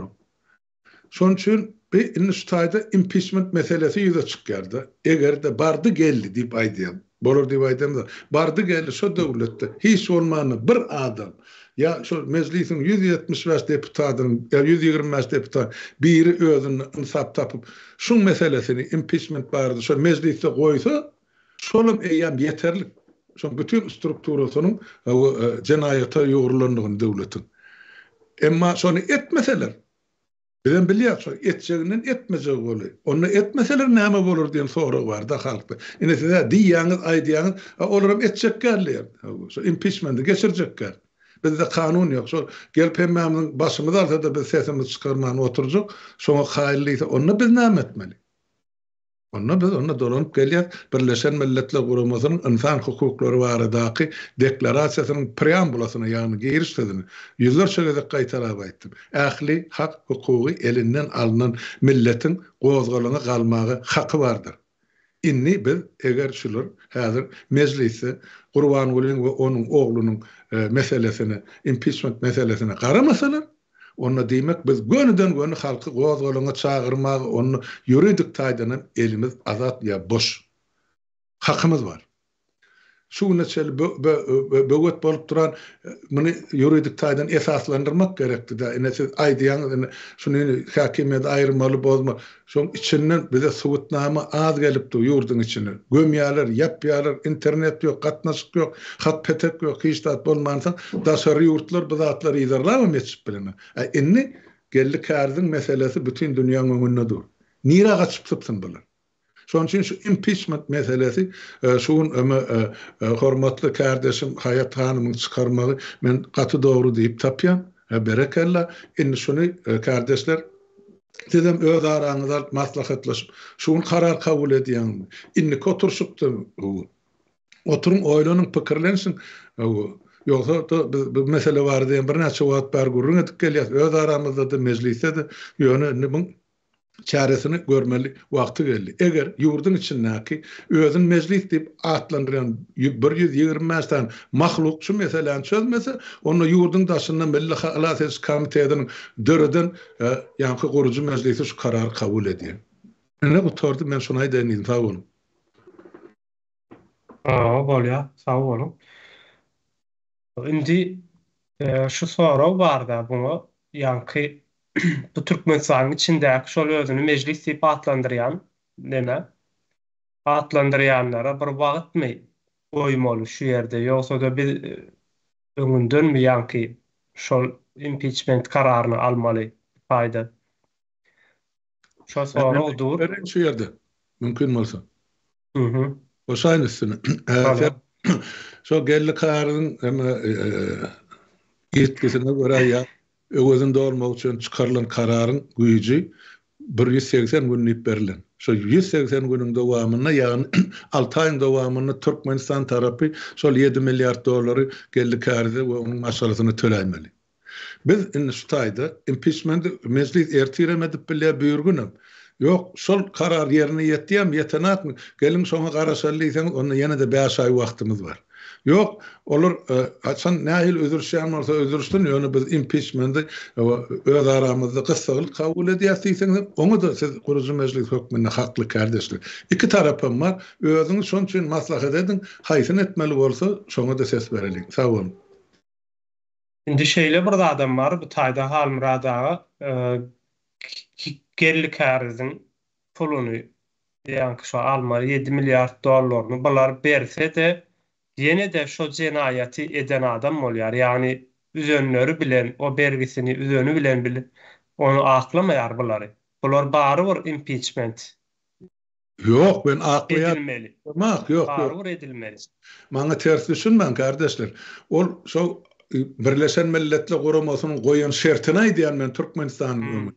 Men şoň üçin aýdym, biz şunyň impeachment barada karar kabul edip biler. Ya Türkmenistanyň içindäki ol özü meclis diýip atlandyrýarlarym. Ýöne şoňa berilen möhlet şu berýärlen berenak näme bolýar ýygyny garaşal feredelligiň ol özüň. Ýöne impeachment'in gitjek ýeri ýok. Bir ikinciden şonu ýerine ýetirmedik ýagdaýyna biz dolu halky gozgalyna galmagy çağırmagy biz hakly we hukukly. Şu meselede hiç bir döwlet gelip biziň elimizden hem ýakamyzdan tutmaýar edýäňiz näme dogry ýa bir kanun diýip. Men şu kanun tarapyna aýdýan. Sag bolun. Bolýar. Başga pikirini aýtjak kardeşlerimiz barmy? Wagtymyza dolup bolýar. Sapar kardeşime sözleri. Sağ ol. Ya biz şu meseleni gündeme çıkardık. Halkam epetli böyle dinleýär. Dinlemeýänim eşdişýändir. Ýürek-ýürekden. Bulara bir hepdemi, iki hepdemi wagt berilmedi. Dogry bol diýip hata edýän. Tebe bir etjekdiklerinin wagt yetmedi. Ya yine şoňa meňdeş bir bahanalara, zatlara deme orta tanamaly diýende soňam halkdanam bir pikir teklip gelip biler. Oňa da garaşmamyzda peýda bolýan diýip düşünýän. O zatlar owlup ya gysanyp almaly kararlar däl, ykbal taşıyan banos nilýede meseleler şoň üçin o milletde de nähilek pikir wadygy dinlense gowamkan diýen. Şunu aýdaýyn diýdim. Hawa, atara menem şeyler neme diýerdim, men tek bunu ýene biraz uzaldygymy bileriz biz. Belki indi hepdeniň içerisinde de alyp bileriz bu karary. Murat kardeşime söz bereyim. Sağ olun. Menem şol taparagan pikir bilen dogry razylaşýan sebäp döwlet derejesindäki meselede impeachment bu halkyň şoňa gatnaşma hökmen zerur. Sebäp şol meclise oturarlar, halkyň adyndan gelen deputat diýip özlerini atlandyrýarlar. Şeňmi? Eger şolar öz borcuny halkyň dogrudur berja etmeseler, şolar ýa döwlet wazipli meselede ýa edilen jenayata bular reaksiýa bildirmese diýmek, onda halkyň özü reaksiýa bildirmeli bolýar. Şoň üçin halkymyza şu mahal biraz pursat bermeli. Nämeleriň bolup geçenini, nämeleriň bolup duranyny, nämeleriň bolup biljegini. Şonu biz aýtmagymyz gerek. Biz aýdýan şumal men aýdyp otyryn, biz halkymyzy gozgalaňa çagyrma dogry hakymyz, hukukymyz bar diýip. Halk gozgalaňa turjakmy ýa ýokmy? Hakyky üçin. Ine bilen mesele. Ýöne näme üçin biz halky gozgalaňa çagyrýar, şonu biz düşündirip aýdyp bermeli şu taýda halkymyza. Ine şu zatlar, şu edilen jenayetler üçin ýa ine şu soňky halkara derejesinde de ine ol hökümetiň eden jenayetin ýüzüne badyrda diýip bassalar. Mundan aňyrda halkymyzyň çekip çydary ýagdaýy ýok. Görüp dursunuz ýurdun içinde näme bolup durany diýip halk bilen biz iş geçirmeliňi. Şoň üçin men bir hepde az bolarmy diýen. Inne şol Birleşen Milletler Guramasynyň karar çykarany da bir aý bolup barýar. Bizem şu bir aý möhlet bersek meclisiň haky bar. Şolar ýaly 30 gün berilýärdi. Şol deputat zapros edilenine de islenip ministre ýüzlenmeden şonu seredin garan netije çykaryn diýip uğradylýan hat bardy. Deputatlyň adyny özleriniň ýazýan haty. Indi şoňa da 30 günüň içinde aňyryk tarap jogap bermeli. Belki biz ine şunu şolara şuun kunut edýän oturşymyzdan oý hasaplasynlar özleri 30 günni. Asan 30 günden soň bizine kararymyz özümizden çykarar. Onun bolup biler. Türlü formasy bar. Şoň üçin biz meclis meni öz aramyzda çekeleşip her hepde de iki oturşykda da maslahatlaşyp biler. Halkdan teklipler gelýär. Onu öwreneliň. Olar näme diýýär? Tayyar mısın impeachmentli mesele ya gozgalaňa? Bir çağırış edip biler, yani çağırış ol çölüň içinde ýekagalan çopanyň 40 sesi ýaly bolmasyn. Biz jemgyýeti halka ýetirmeli öz sesimizi. Ya etjek bolýan işimiz düşünürip bersek, halk düşünerem kabul eder. Öz netijesine maýdar bizi. Şonu aýdaýyn diýdim, sag bolun. Hawa, gowy pikir. Onda şeyle deliyim biz şu impeachment meselemide yine 30 gün Türkmenistan'ın içindeki özün meclis deyip adlandıryanlara 30 gün wagt tanaýarys. Şol wagt içerisinde eğer de impeachment etmeseler, yani şu edilen jenayetlaryň üstünü meclisin tarapyndan, yani ýurdun içindäki meclis tarapyndan açylmasa, onda biz 30 günden sonra öz kararymyzy alyp bileriz bu taýdan. Şonu etsek ardy şikayet etmedikleri üçinem oňat bolar. O ýeka arı şikayet edel olar ýa-ni şu işe tawuçasnikmi ýa dämi diýilen mesele aýaýdyň bolýar-da. Hawa. Şu wagtda Çernobyl neme halkymyzdan nähilliki ýerleşlerimizden lahirlik nemeler gelýär, teklipler. Onda kardeşler başga pikirini aýtsaňyz bar bolsa ýene bir 8 minut wagtymyz bar. Aýtsaňyz ýok bolmasa şu ýerde jemläp bileriz. Impeachment meselesinde karar almak nobatyny şundan soňraky 30.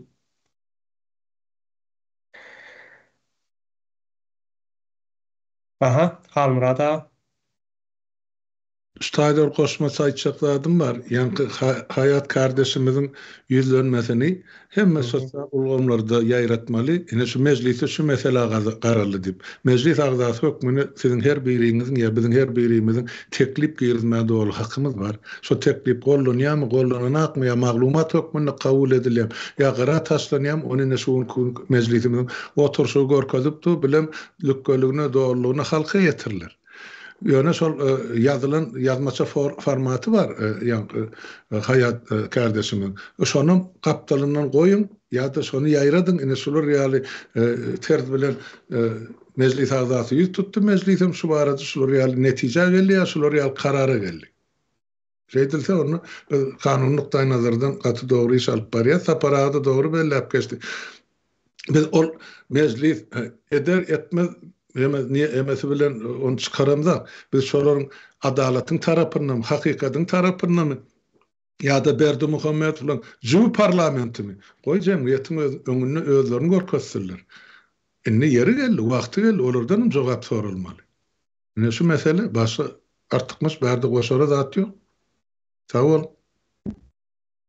Ama bolýar, onda kardeşler bugünkü ýygnaşymy taýda tamamlaýar. Innik oturuşyklara çenli görüşýänsek hemmelere sag bolsun.